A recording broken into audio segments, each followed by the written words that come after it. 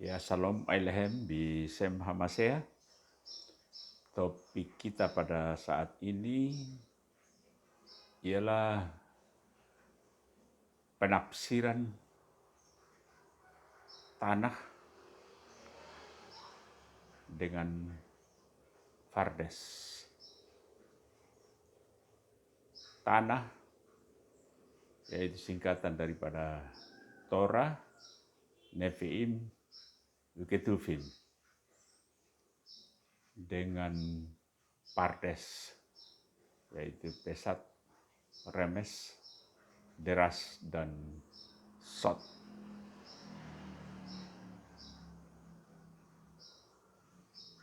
Menurut orang Yahudi, bahwa dengan menafsirkan kitab suci yang benar, maka dia mengarah ke Fardes atau Firdaus. Dan sebaliknya dengan penafsiran kitab suci yang salah, itu akan juga salah penyampaiannya.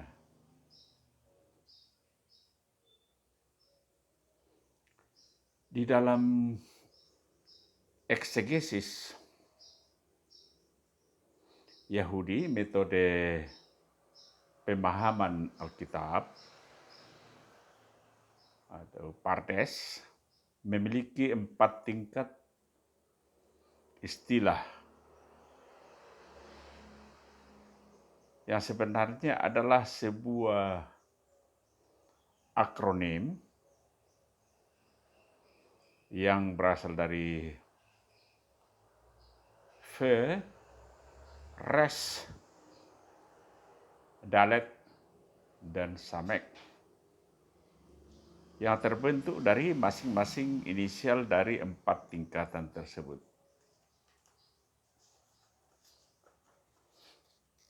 Keempat tingkatan itu,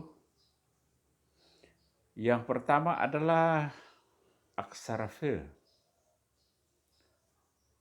Pesat, artinya polos, plain, sederhana atau simpel, atau lurus, straight, atau langsung, direct, memahami Alkitab dari artinya.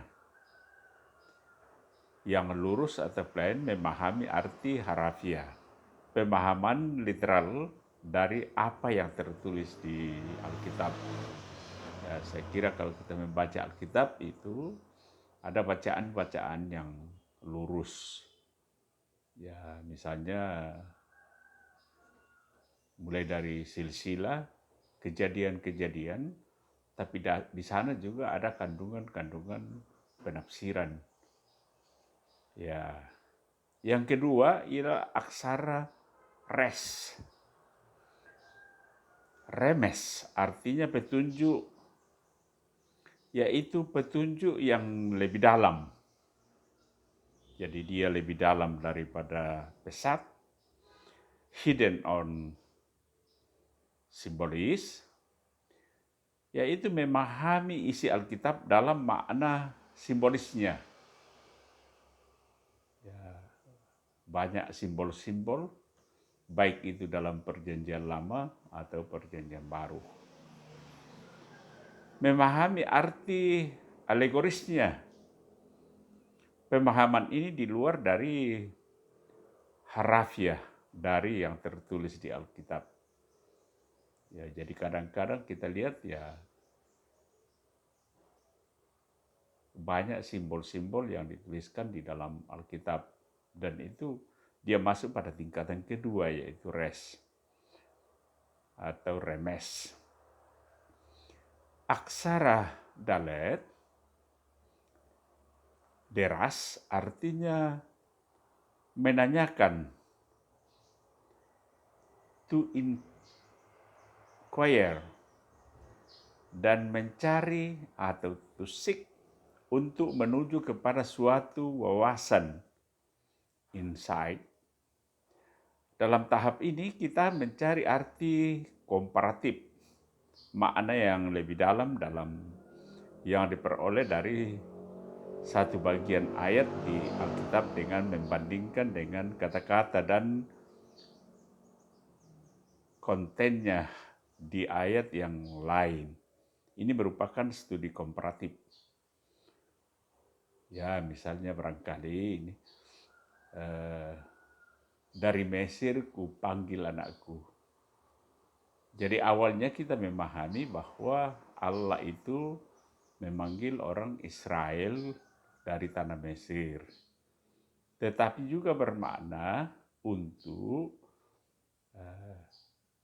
Yesus bersama-sama dengan Bunda Maria dan Yusuf setelah dia ke Mesir dan dia dipanggil kembali untuk menuju ke Nazaret. Kemudian yang keempat itulah aksara samek, yaitu sod, artinya rahasia dan misteri pengungkapan makna dari Alkitab melalui ilham atau pewahyuan atau Roh Kudus.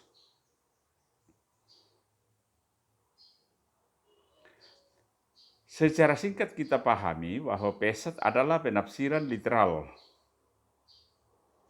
Kemudian remes adalah pemahaman arti kias atau non-literal. Sedangkan deras adalah wawasan komparatif yang diperluas implikasinya di dalam kehidupan.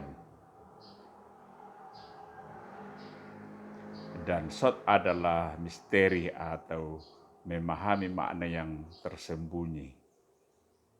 Makna rahasia dari ayat Alkitab atau pencerahan roh hanya dengan bisa kita memaknai dengan pencerahan Roh Kudus. Metode penafsiran Yahudi menggariskan bahwa suatu ketentuan sebelum bertafsir, langkah pertama ayat Alkitab harus dipahami dulu secara pesat. Jadi kita harus mulai dari bawah. Ya, setelah kita nanti sampai pada penafsiran pesat itu, kita belum memahami persis makna daripada ayat Alkitab tersebut, baru melangkah pada tahap-tahap berikutnya, masuk pada remes, deras, dan bahkan sampai sod.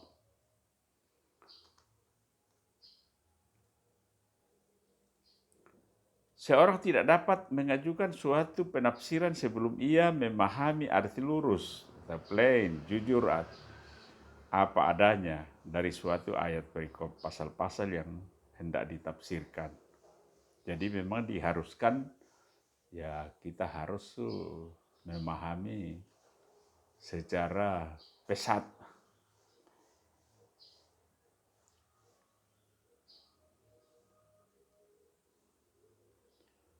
Contoh deras di sini yaitu yang pada tingkat ketiga 2 Tawarik 24 ayat 27 dalam terjemahan baru tentang anak-anaknya dan ucapan-ucapan ilahi yang banyak terhadap dia serta tentang perbaikan rumah Allah. Semua itu tertulis dalam tafsiran kitab Raja-Raja. Maka Amasya anaknya menjadi raja menggantikan dia.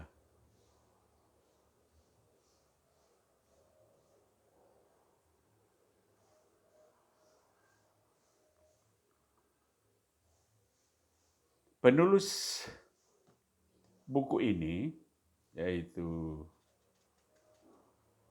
Ibu Wahyu Wulandari, dia dengan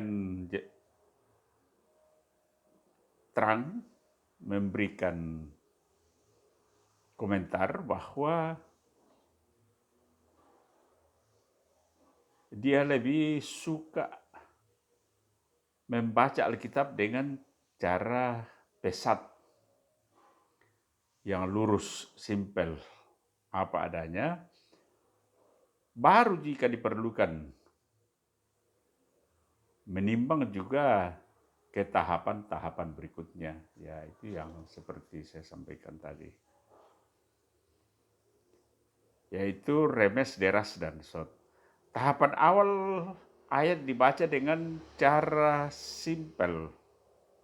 Karena itu adalah dasar seperti jika kita diperhadapkan dengan suatu persoalan di dalam suatu perdebatan mengenai terjemahan atau tafsir Alkitab untuk pembacaan ayat secara pesat. Dalam bahasan ini, utamanya penulis juga mengajak bahwa dalam pembacaan naskah bahasa asli Ibrani secara pesat sebagai dasar dari pemahaman Alkitab yang seksama, eksegesis, Yahudi yang lengkap adalah dengan metode Fardes, dengan 4 tahapannya itu. Namun bagaimanapun sebelumnya menafsirkan ini, Alkitab pemahaman pesat yang lurus, jujur dan apa adanya adalah penting sebelum masuk ke langkah penafsirannya. Oleh sebab itu pada buku yang beliau tulis ini secara khusus melakukan pemahaman pembicaraan secara pesat sebagai basic atau dasar dari pemahaman Alkitab sebelum ini. Ayat-ayat itu ditafsirkan dengan ya saksama. Raja Salomo melalui tulisannya mengajarkan kita di dalam kitab Amsal yang mengacu pada Taurat sebagai hikmat Allah. Ia menjadi paham kehidupan bagi orang yang memegangnya. Siapa yang berpegang padanya akan disebut berbahagia. Itu kita bisa lihat di dalam Amsal 3 ayat 18. Dan marilah kita memahami Alkitab berjalan-jalan di dalam pardes Allah.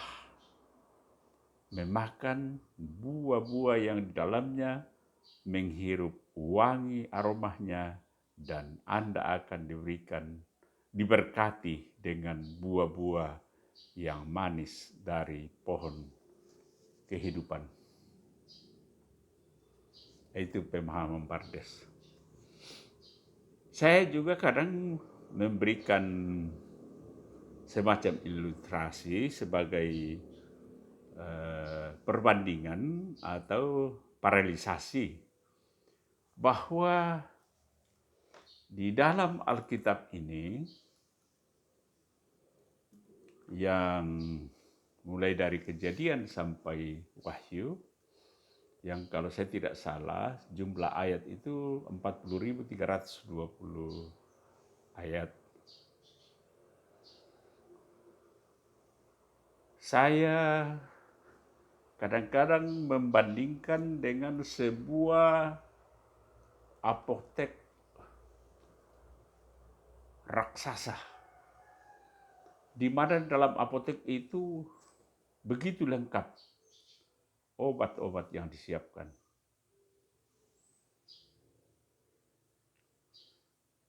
Bermacam-macam obat untuk penyakit-penyakit tertentu.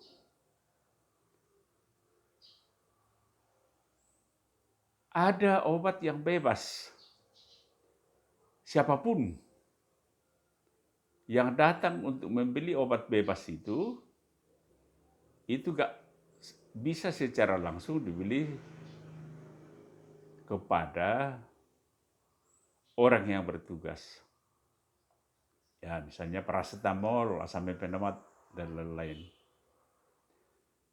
Tapi ada juga obat yang bebas terbatas. Itu sudah harus ada ya paling tidak resep.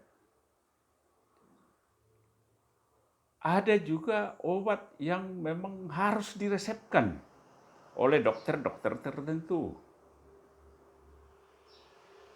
Ya, sehingga pada waktu meresepkan obat itu diharapkan bahwa obat tersebut akan mengobati penyakit yang dikeluarkan oleh dokter dalam bentuk resep untuk dibeli di apotek.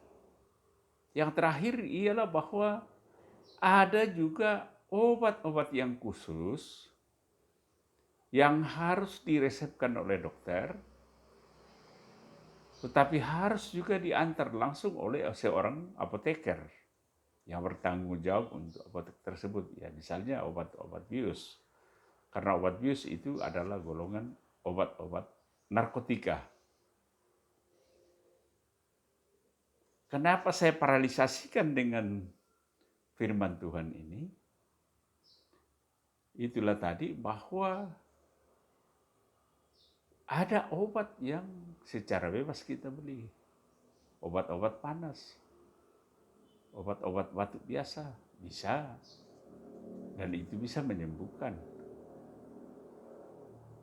Setelah itu, panasnya tidak turun-turun, maka kita harus membutuhkan obat yang diberikan oleh seorang dokter.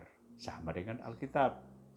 Setelah kita sudah membaca semua isi Alkitab itu, dari beberapa ayat, ada hal-hal yang kita tidak pahami, maka ya seharusnya memang ditanyakan kepada ya seorang yang belajar masalah teologi. Bahkan ya di Alkitab itu misalnya ya di Wahyu itu memang kita agak sulit untuk memahami kalau tidak dipelajari secara khusus. Nah, ini secara paralelisasi supaya kita gampang untuk mengerti. Karena dengan pengobatan yang cocok, maka penyakit yang diobati itu akan jelas sembuh. Dengan penafsiran yang benar, maka apa yang kita tafsirkan itu ya akan bisa orang terima dengan baik. Bahkan orang Yahudi katakan bahwa dengan penafsiran yang benar lewat Fardes, maka itu Fardes sama dengan Firdaus. Berarti dia sudah mengarah ke Firdaus. Banyak yang kita perlu perhatikan di dalam membaca Alkitab, karena begitu banyak di dalam Alkitab itu ada ya simbol-simbol, ada perumpamaan-perumpamaan, ada figuratif. Murid Yesus sendiri pernah katakan bahwa guru,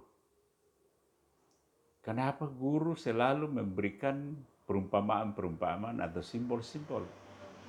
Tapi apa jawab Yesus? Supaya kamu tidak seperti dengan anak kecil.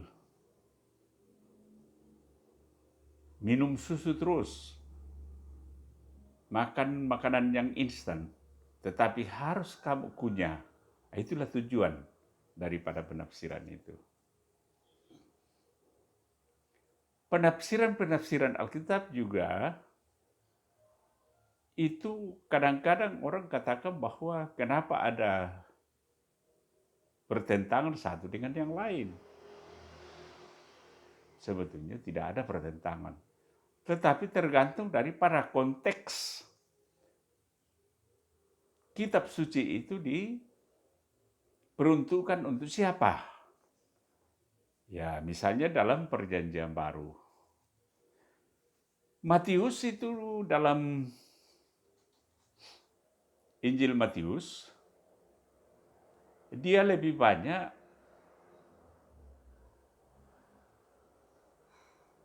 menguraikan masalah silsilah. Karena Matius ini Injil diperuntukkan untuk orang Yahudi pada waktu itu. Di mana orang Yahudi itu mengutamakan masalah silsilah. Mulai dari Abraham sampai Yesus. Demikian juga Markus. Markus ini menulis Injil, yaitu diperuntukkan untuk orang Roma. Orang Roma itu tidak hafal Taurat. Sehingga orang Roma itu dia lebih banyak membutuhkan mujizat-mujizat. Apa yang mereka langsung melihat pada saat itu. Lain dengan Lukas. Dia menghadapi orang-orang yang pintar. Ya, sehingga dalam tulisan Lukas bahwa setelah dia teliti dengan saksama, baru menuliskan kitab itu. Dari ketiga kitab ini yang disebut sebagai Injil Sinoptik. Karena ya menceritakan dari bawah tentang kelahiran Yesus. Tetapi Yohanes, di mana 4 kitab Injil yang terakhir ditulis itu adalah desakan daripada para rasul yang ada pada waktu itu dan para presbiter pada waktu itu. Yohanes justru menuliskan kitab suci mulai dari atas, yaitu mulai dari Yohanes 1 ayat 1, pada mulanya adalah firman, dan firman itu bersama-sama dengan Allah, dan firman itu juga adalah Allah. Ya, sehingga ya itulah tadi bahwa tergantung konteksnya. Di Matius ya ada perumpamaan dalam katakan bahwa kalau orang minta bajumu, ya kasih jubahmu. Karena jubah lebih berharga untuk orang Yahudi. Karena orang Yahudi itu setiap sembahyang dia pakai jubah. Sedangkan pada Lukas, Injil Lukas, di situ dikatakan bahwa kalau orang minta jubahmu, kasih juga, lebih kasih bajumu. Nah, kalau kita tidak paham konteksnya ini, pasti kita katakan, wah kenapa ini bertolak belakang? Padahal sebetulnya tidak, cuma karena orang tidak melihat konteksnya untuk siapa. Ya barangkali itu saja secara singkat yang saya sampaikan, sehingga ya kalau kita buntu di dalam membaca Alkitab, ya semua bisa dibaca, tetapi apakah makna yang terkandung dalamnya itu kita mengerti atau tidak, lebih baik tanyakan kepada orang-orang yang punya kompetensi. Karena ya saya kira sudah hampir semua gereja sudah ada pendeta yang punya kompetensi untuk bisa menjelaskan. Barangkali itu saya secara singkat saya sampaikan, dan akhirnya saya menyampaikan Salam Elohim Bisem Hamasea. Terima kasih.